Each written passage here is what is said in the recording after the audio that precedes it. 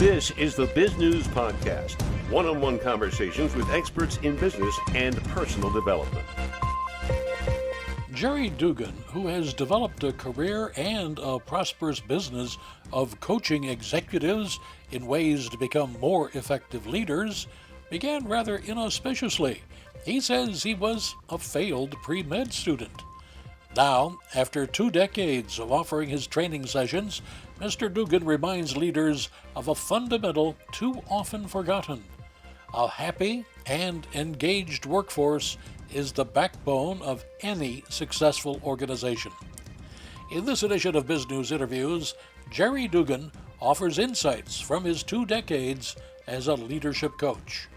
Jerry, let's set the table for our audiences by you telling them a little bit about yourself. Awesome.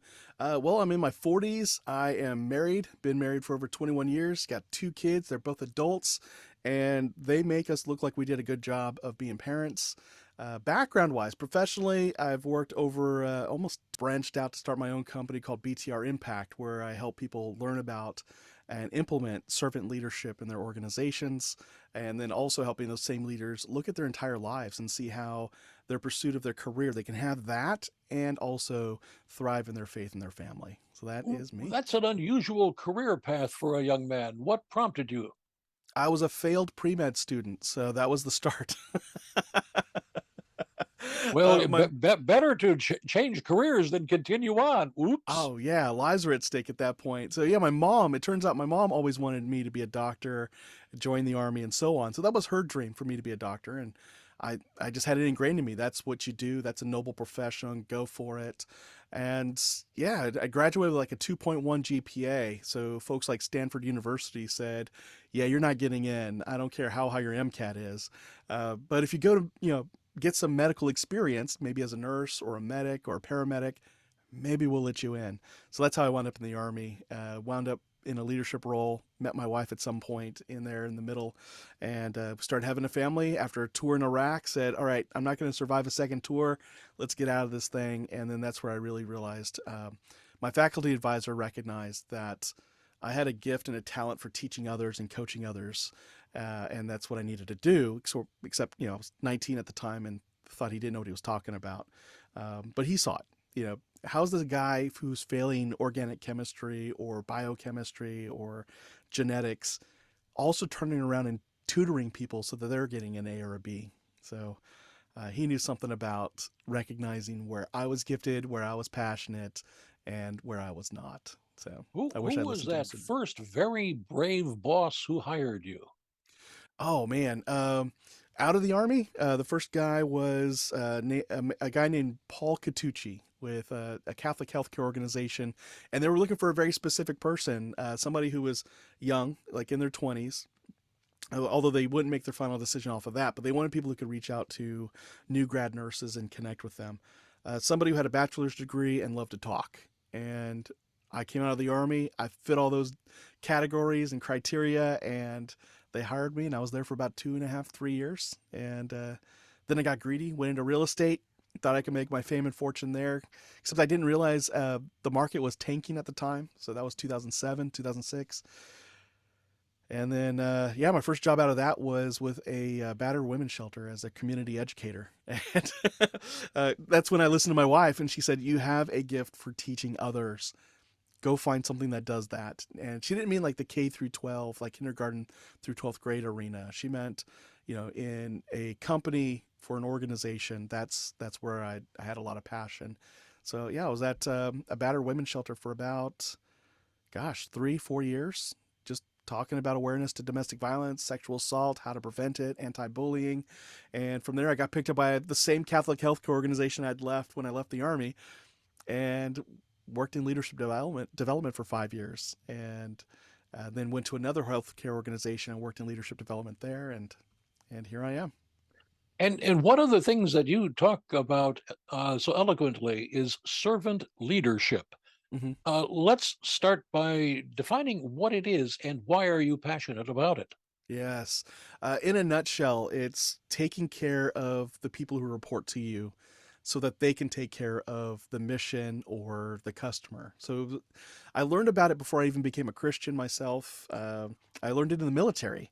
The whole idea that Simon Sinek talks about, leaders eat last.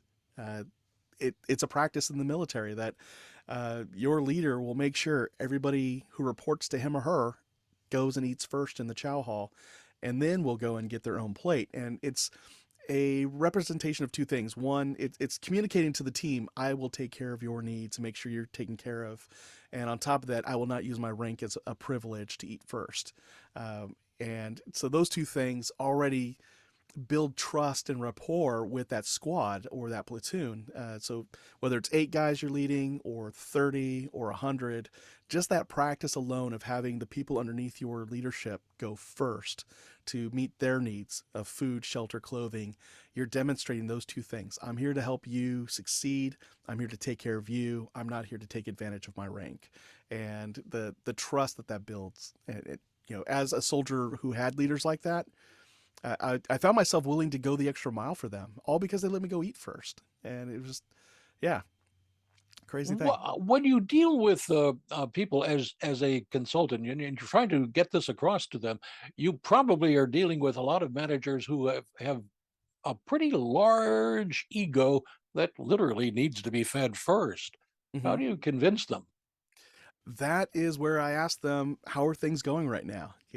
And they typically will come to me having experienced a high turnover rate, multiple complaints to human resources, and the complaints have a theme. We're always told it's my way or the highway, or we're told to work long hours, but we're not appreciated. We're not given the raises we're due, and the workload is too high. Our manager doesn't listen to us. Those are the complaints that come in, and when you talk with that manager, they'll take this approach that their people are a nuisance. They don't want to work. They don't have the work ethic out there, and helping those leaders be introspective without not without bashing them is a challenge, because there is that ego, like you mentioned. So it's asking questions like, what is the situation you're facing right now? Okay, I've heard you say these things about your team members, the ones who are still with you and the ones who have left. Do you think any of them have gotten up in the morning and said, I'm going to be the worst employee possible I can be today? Or that they want to do their best?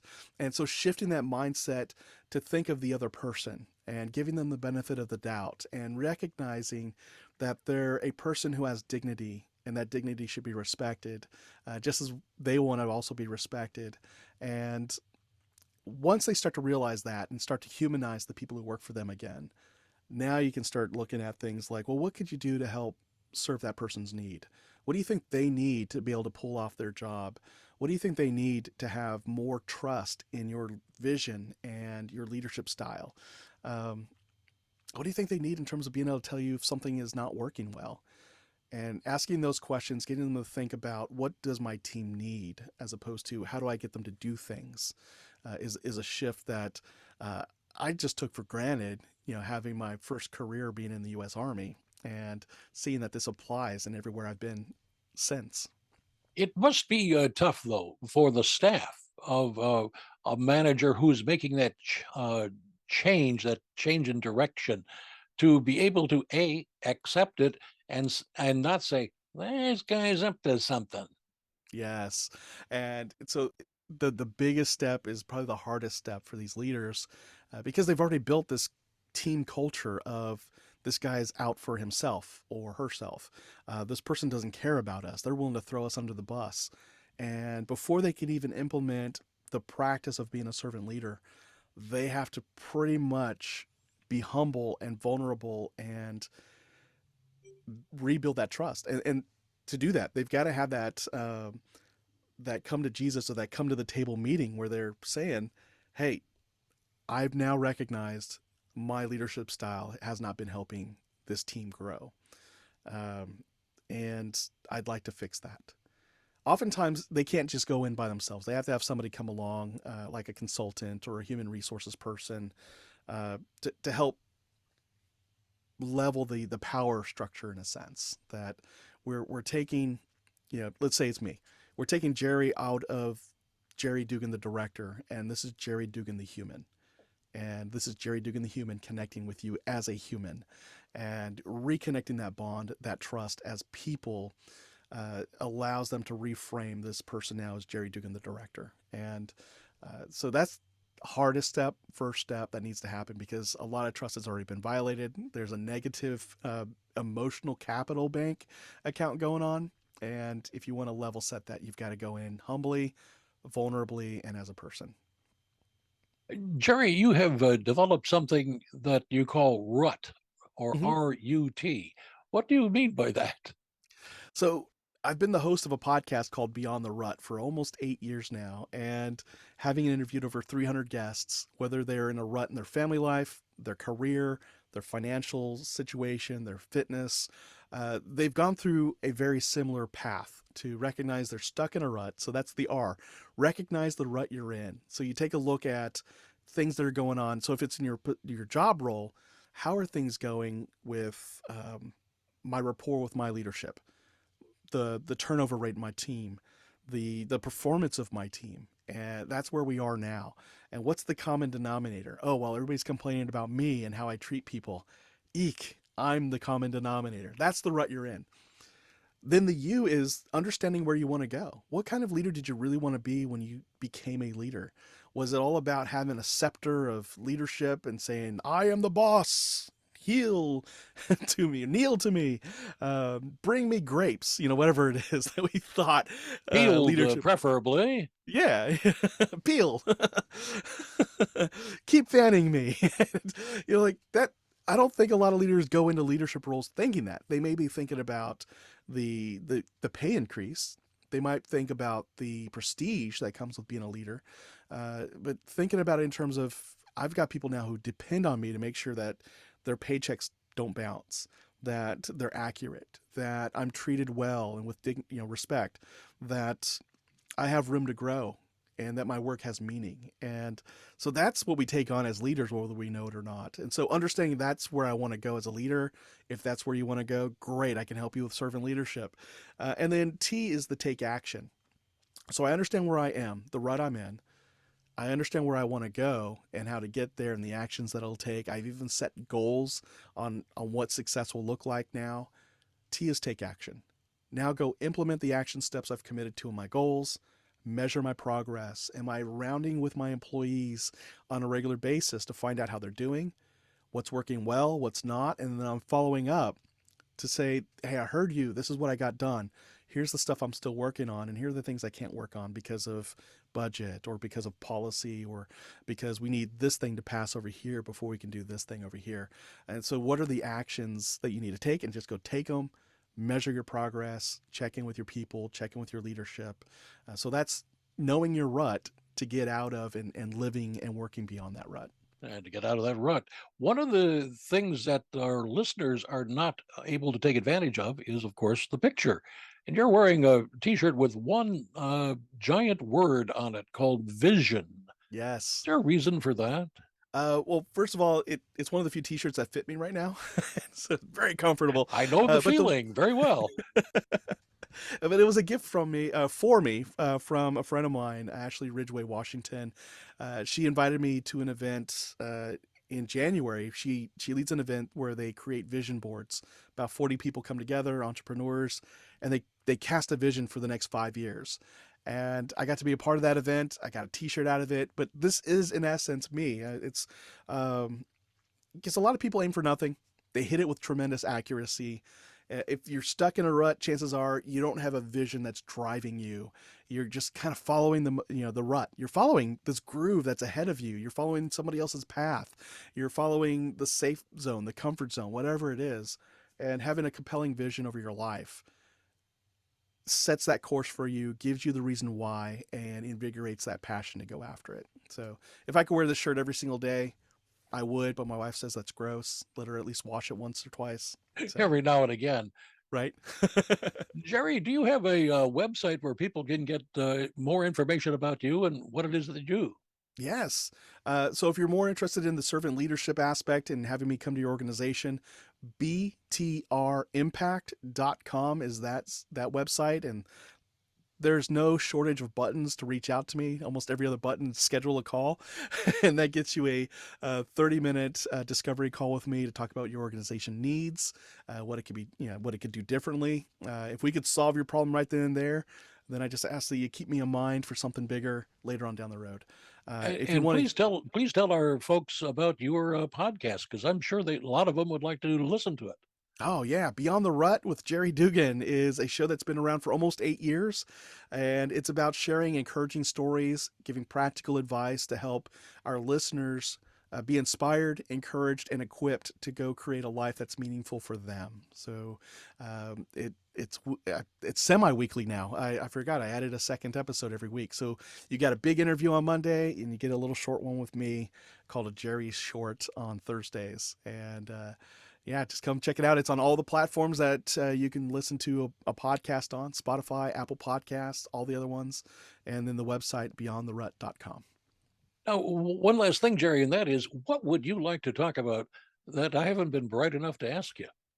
Oh, man. I could talk about anything and everything, and podcasting. This show's not long enough for that. And my wife says I need to meet her for lunch. So, but the biggest thing I love to share with folks is just the mantra I've been living by before I knew it was my mantra. And that is, life is too short to live stuck in a rut. And so really think about, what is it you want out of life? Where do you want to go? What do you want to be known for after you're gone? What kind of impact do you want to make? And go start making that impact now. Because life's too short, too fragile. And I've seen it from the combat zone. I've seen it from healthcare. It's too quick. I mean, I thought I was still in high school. It turns out I'm in my 40s now. So it's like, when did that happen? I got a 30-year high school anniversary coming up in a year. They will all look old. I'll give you a clue. Right? But they'll all look much older than you. I'm looking at my friends on Facebook. I'm like, oh my gosh, that guy has aged. And I'm like, wait, I've also aged. This is not. Well, not at the high school reunion, please. Oh boy. Yeah. Things not to say there, right? You've been watching the Biz News Podcast. We welcome your input. Send your email to editor@biznews.com. Thanks for watching.